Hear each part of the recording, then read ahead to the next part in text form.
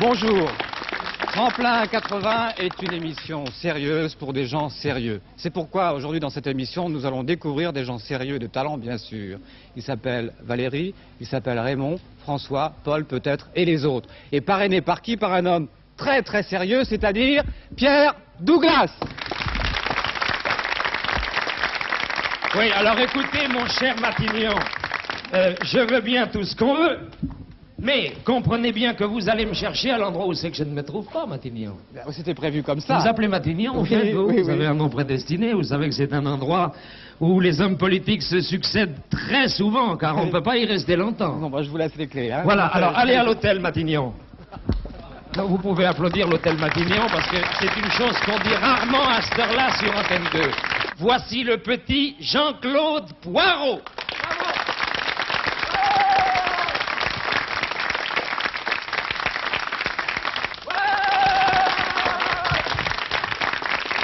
Oui, alors, bien, deux gens de La Fontaine, nous allons retrouver tout de suite le loup et l'agneau. Le loup et l'agneau, avec aujourd'hui dans le rôle du loup, eh bien, c'est De Funès, et dans le rôle de l'agneau, c'est un grand hommage à Bourvil. Tout de suite, le conteur de la fable, eh bien, c'est Michel Galabru. La raison du plus fort est toujours la meilleure. Nous l'allons le montrer tout à l'heure.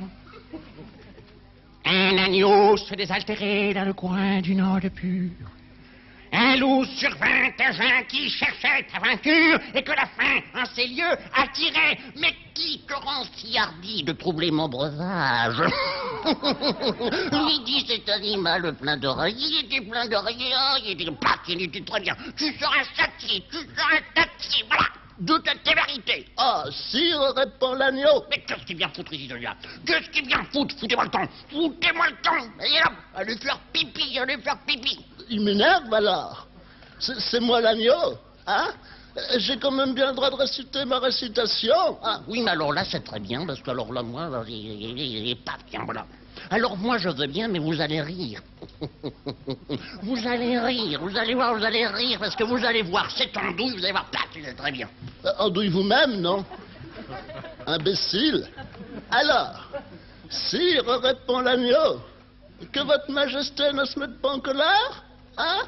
Mais plutôt qu'elle considère que je me vas à désaltérant dans le courant plus de 20 pas au-dessous d'elle, et que par conséquent, en aucune façon, je ne peux troubler ta boisson. Tu la troubles, tu la troubles, tu la troubles, tu la troubles. Enfin, je sais quand même bien que tu la troubles. Je suis bien placé pour le savoir.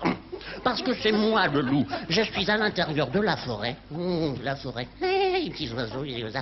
Je suis avec ma femme, la louve. Vous savez, la louve, elle était comme une grosse louve. Elle était très bien. Elle était très grosse. La louve était comme...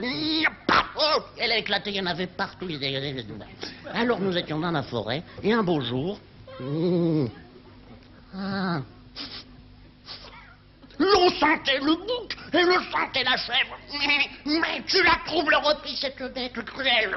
Et je sais que de moi, tu m'as dit en passé, voilà. Il commence à m'énerver alors. Ça fait 2 fois qu'il me fait le coup. Ah. Mais comment l'aurais-je fait d'abord? Hein? Si je n'étais pas né. Je t'étais encore ma mère. Je t'étais encore ma mère. Oui, ça va, vous t'étiez, foutez-moi le temps, je l'ai déjà dit, foutez-moi le temps. Mais si ce n'est toi, mais c'est donc ton frère. Je n'en ai point. C'est donc quelqu'un des tiens, comme ça. On nous l'a dit. Regarde-moi là. Il faut que je me venge. Il faut que je me venge.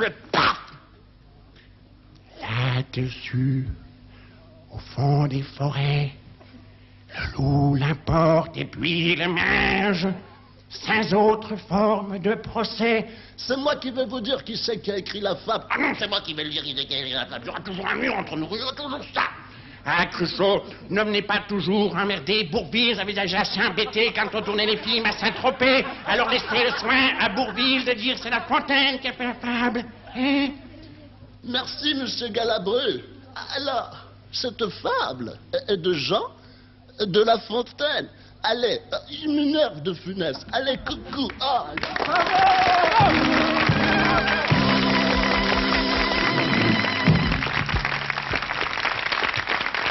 Oh, Alors Jean-Claude, c'est une de vos premières interventions à la télévision. Oui, c'est effectivement la première vraie télévision, puisque la première, disons, On fait de la vraie télévision. la vraie télévision, c'était avec vous, Pierre, la veille du concours, rappelez-vous, à Antenne 2, à la place de Mesdames et Messieurs. Oui, avec notre grand ami le copieux cheval de bataille de la deuxième chaîne, mesdames et messieurs. Alors maintenant, mon cher Jean-Claude, eh bien nous allons regarder ensemble mon deuxième poulain pour la campagne des élections présidentielles. Il a tout compris lui aussi en ce qui concerne la vie politique française, mon cher Matignon. Oui. C'est Serge Boccara.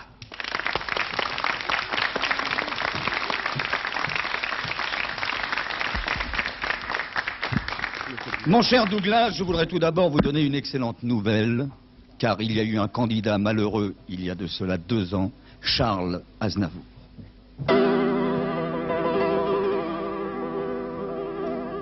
J'hésite encore avec mes mains. Elle tremble trop, je la retiens. Je suis artiste.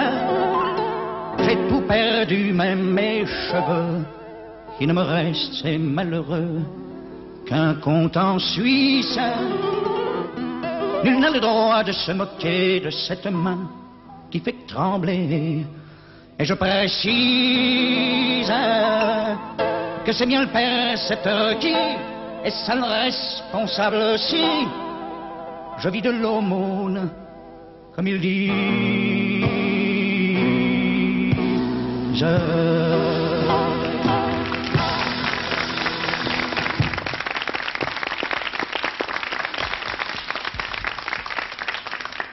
Je dois quand même ajouter que la politique et la chanson font souvent bon ménage, à tel point qu'on a vu récemment M. Raymond Barre lui-même inviter M. Jodassin pour faire des mots croisés. Et oui, c'est louche. Bon. Enfin, d'ailleurs, écoutez, je ne suis pas le seul à être surpris, puisque Léo Ferré lui-même a vu ça d'un très mauvais œil. Quand l'œil de droite refuse de coopérer avec l'œil de gauche, c'est déjà l'anarchie. C'est extra, cet œil qui jure fidélité sur une plage de Saint-Tropez, pendant que l'autre s'en va mater un bout de cuisse ou de nez. C'est extra, c'est extra,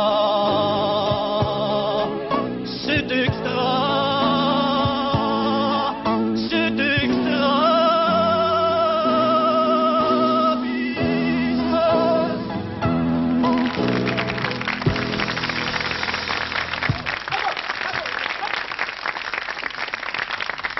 Mais s'il fallait terminer sur une note très optimiste, je vous rassure, Français, Françaises, la solution du pétrole vient d'être trouvée par Johnny Hallyday. Gasoil, tu coules pas à Poitiers, je crois bien que t'es rancunier. En France, il n'y a pas de pétrole, moi je vais le chercher. Jaillit pour moi. Je vais une marée noire devant mes yeux. Et 10 ans de scène pour voir le fisc, ça vaut la peine de faire le pompiste. Et j'ai trouvé le pétrole en litige.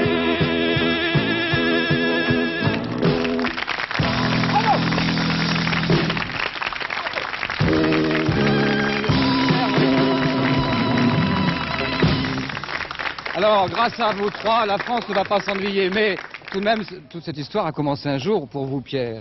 Ben, elle a commencé il y a un petit peu plus de 2 ans, grâce à un garçon à qui j'ai plaisir à rendre hommage aujourd'hui sur Antenne 2, c'est mon ami Thierry Leluron. Un parasite. Thierry Leluron est un des plus grands parasites de France Inter, et c'est certainement pour moi, je n'hésite pas à le dire, la plupart, tous les imitateurs sont mes amis, mais je dois dire que pour moi, Thierry Leluron est le numéro 1. Et quand on est le numéro 1, donner sa chance à un autre imitateur, je trouve que ça mérite un très grand coup de chapeau. Oui. Merci pour lui, merci. Alors aujourd'hui, je vais vous proposer un remaniement ministériel, mon pauvre Matignon, je suis désolé pour vous. Voilà déjà des années qu'à la barbe et au nez de 30 millions de votants, on a le même président. on élirait bien pour toujours des gars qui auraient le sens de l'humour. Et il faudrait des gars qui rigolent, n'aiment les jours où on se fait leur fiole. On ne prendra pas Monsieur Papon ni Monsieur Jean-Pierre Soisson, c'est la race des polissons. On ne prendra pas Edgar Faure, encore moins Maurice Faure, pourquoi pas Poulidor. On laissera de côté Sérac ainsi que Jacques Chirac. En France, on ne veut pas d'arnaque. On ne prendra pas Giscard ni Raymond Barre. On a peur des loupards. Voilà déjà aux orties, les patrons des partis. Faudrait maintenant dénicher le gars désintéressé. Celui qui pense à nous avant lui, celui qui prendrait tous les paris, criant grâce à moi les prix baissent et stupeur tiendrait ses promesses. C'est pas le cas de Séguy ni de Méhaignerie qui restent avec leurs soucis. C'est pas le cas de Chaban ni celui de Mitterrand pour vivre avec son temps. C'est pas le cas de Mesmer, du Turlupin, Schreiber, ni le cas du petit Jaubert. Encore moins le cas du père Guéna, ni le cas de Leca. Je commence à m'inquiéter, peuvent-ils exister les hommes à qui faire confiance pour dérider la France? Des gars sympas, des gars comme vous, et qui nous prendraient pas nos sous. Faudrait pas qu'ils soient sinistres, au rencard les têtes de ministres. Pour s'éveiller beau matin, la guitare à la main, je fais confiance à Brassens. Pour s'occuper de nos poupons, faire de l'éducation, je veux Marcel Amont. Pour que les derniers de la classe forment un carré d'as, je nomme Enrico Macias. Et pour guider nos zizi, nos minets, je choisis Pierre Perret.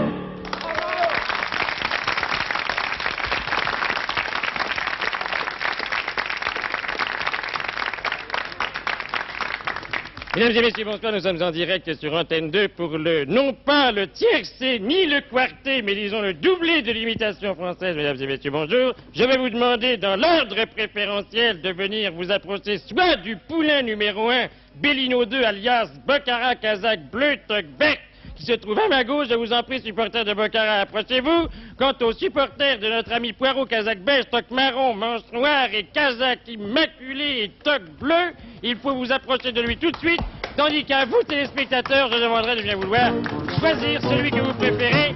À bientôt sur Antenne 2. Merci, au revoir.